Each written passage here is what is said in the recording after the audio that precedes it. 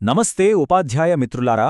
జాతీయ విద్యా విధానం 2020 అదేనండి మన ఎన్ఈపీ 2020 ఫ్రేమ్వర్క్ని మన ఆధునిక తరగతి గదుల్లో ఆచరణాత్మకంగా ఎలా అమలు చేయాలి అనే అంశంపై రూపొందించిన ఈ ప్రాక్టికల్ వర్క్షాప్ విశ్లేషణకు మీకు స్వాగతం. ఏమాత్రం ఆలస్యం చేయకుండా నేరుగా అసలు విషయంలోకి వెళ్ళిపోదాం. ఈరోజు మనం వేగంగా కవర్ చేయబోయే ఎజెండా చూద్దాం. ముందుగా నైపుణ్యాల ఆధారిత అభ్యాసం వైపు మార్పు, ఆ తరువాత ముఖ్యమైన అభిజ్ఞా మరియు సామాజిక నైపుణ్యాలు, ఆచరణాత్మక మరియు జీవితకాల నైపుణ్యాలు, ఆచరణలో అనుభవపూర్వక అభ్యాసం, చివరగా భవిష్యత్తుకు సిద్ధంగా ఉన్న విద్యార్థులను తీర్చిదిద్దడం. సంప్రదాయ బోధనా పద్ధతుల నుండి కొంచెం బయటపడి పిల్లల భవిష్యత్తుకు నిజంగా అవసరమైన నైపుణ్యాలను ఎలా నేర్పించాలో ఇక్కడ మనం స్పష్టంగా తెలుసుకుందాం. రైట్. మొదటి విభాగం నైపుణ్యాల ఆధారిత అభ్యాసం వైపు మార్పు. అంటే మన పిల్లలు బట్టి పట్టే విధానం నుండి ముందుకు వెళ్లడమన్నమాట. నిజం చెప్పాలంటే ఎన్ఈపీ 2020 ప్రధాన ఉద్దేశ్యం ఒక్కటే: పిల్లలు వాస్తవాలను కేవలం గుడ్డిగా బట్టిపట్టటం మానేయాలి. వేగంగా మారుతున్న ఈ ప్రపంచంలో వాళ్లు రేపు పొద్దున్న నెగ్గుకు రావాలంటే వాళ్లకు కావలసింది కేవలం మార్కులు మాత్రమే కాదు, వాస్తవిక ఆచరణాత్మక సామర్థ్యాలు. కేవలం పుస్తకాల్లోని జ్ఞానాన్ని గుర్తించుకుని పరీక్షల్లో రాయడం మాత్రమే ఇకపై సరిపోదు. అసలు మనం రోజూ వినే ఈ 21వ శతాబ్దపు నైపుణ్యాలు అంటే ఏంటి? చాలామంది ఇదంటే కేవలం టెక్నాలజీ వాడటం అనుకుంటారు, కాని కాదండి. పిల్లలు స్వంతంగా ఆలోచించడం, ఎదుటివారితో కమ్యూనికేట్ చేయడం, అలాగే సాంకేతికతను సమర్థవంతంగా ఉపయోగించుకోవడం. సో ఇది కేవలం సబ్జెక్ట్ నాలెడ్జ్ కాదు, ఒక డైనామిక్ వాతావరణంలో ఎలా మనుగడ సాగించాలి, మార్పులకి ఎలా అలవాటు పడాలి అని నేర్పించడం. ఈ స్కిల్స్ మన రోజువారీ లెసన్ ప్లాన్స్లో ఎలా భాగం కావాలో ఇప్పుడు చూద్దాం. ఇప్పుడు రెండవ విభాగానికి వద్దాం. ముఖ్యమైన అభిజ్ఞా మరియు సామాజిక నైపుణ్యాలు. ఇవి పిల్లల్లో సహకారానికి, కొత్తవి సృష్టించడానికి పునాదిలాంటివి. విద్యామంత్రిత్వ శాఖ సూచించిన ఈ కీలక నైపుణ్యాలను మనం సులభంగా అర్థం చేసుకోవడానికి కొన్ని వర్గాలుగా విభజిద్దాం. ఇక్కడ మనం గమనిస్తే కేవలం మెమరీ పవర్కి కాకుండా విమర్శనాత్మకంగా ఆలోచించడం, లాజికల్గా అనలైజ్ చేయడం లాంటి సామర్థ్యాలకు ఎంత ప్రాధాన్యత పెరిగిందో చూడవచ్చు. ఉదాహరణకు, మీరొక ప్రాజెక్ట్ ఇచ్చారనుకోండి.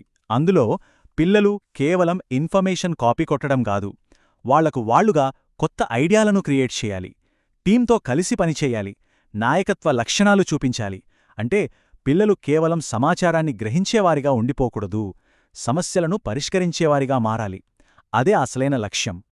అయితే ఇంకో ముఖ్యమైన విషయమేంటంటే, ఒకవైపు డిజిటల్ టూల్స్, ఇంటర్నెట్ ఎలా వాడాలో నేర్పించటం ఎంత అవసరమో, ఆన్లైన్లో ఏది నిజం, ఏది అబద్ధమని తెలుసుకునే విచక్షణ నేర్పించటం కూడా అంతే ముఖ్యం కదా.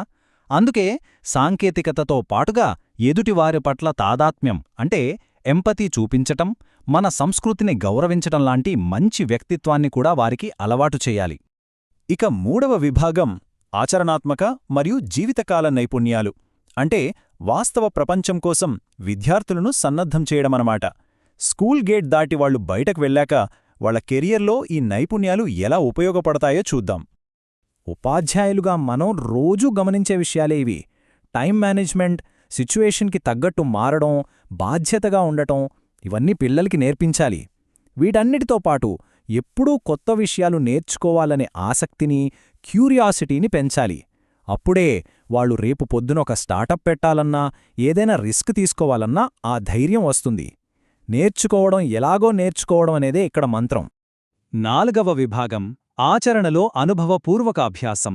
అసలు ఈ ఎన్ఈపీ 2020 విధానాన్ని క్లాస్రూంలో ఎలా అమలు చేయాలి?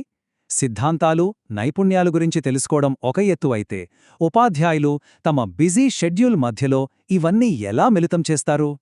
ఇక్కడే అసలు ప్రశ్న వస్తుంది.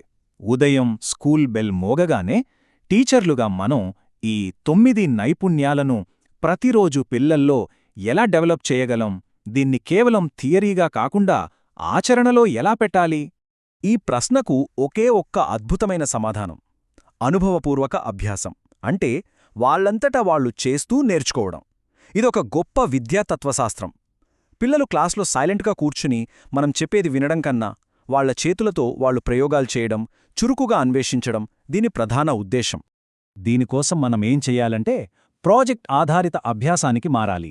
సిలబస్ భారం తగ్గించి కాన్సెప్ట్ అర్థమయ్యేలా చూసుకోవాలి. అలాగే వొకేషనల్ ఎడ్యుకేషన్ని అంటే వృత్తి విద్యా విధానాన్ని, టెక్నాలజీని మన పాఠాల్లో భాగం చెయ్యాలి.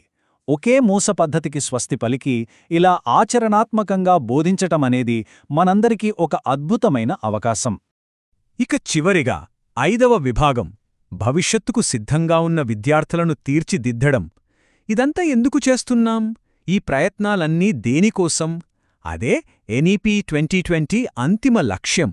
మనం ఇలా పిల్లల చేత స్వయంగా పనులు చేయిస్తూ పాఠాలు నేర్పించినప్పుడు ఏం జరుగుతుందంటే అదొక పవర్ఫుల్ ప్రాసెస్గా మారుతుంది. పిల్లలు షార్ప్గా ఆలోచించే స్మార్ట్ థింకర్స్గా మారతారు, ఎప్పటికప్పుడు కొత్తవి క్రియేట్ చేసే ఇన్నోవేటర్స్గా అవుతారు, అద్భుతంగా మాట్లాడగలరు. అన్నింటికీ మించి సమాజం పట్ల బాధ్యత, సానుభూతి ఉన్న మంచి పౌరులుగా ఎదుగుతారు. ఇవే కదా మనందరం కోరుకునేది. మరిచిపోకముందు మనమందరం ఆలోచించాల్సిన ఒక చిన్న ప్రశ్న. రేపు ఉదయం మనం తిరిగి క్లాస్ రూంలోకి అడుగుపెట్టే ముందు మనం పిల్లలను కేవలం నేటి పరీక్షల కోసం సిద్ధం చేస్తున్నామా, లేక వాళ్ల రేపటి ప్రపంచం కోసం తయారు చేస్తున్నామా అని ఒకసారి ప్రశ్నించుకుందాం.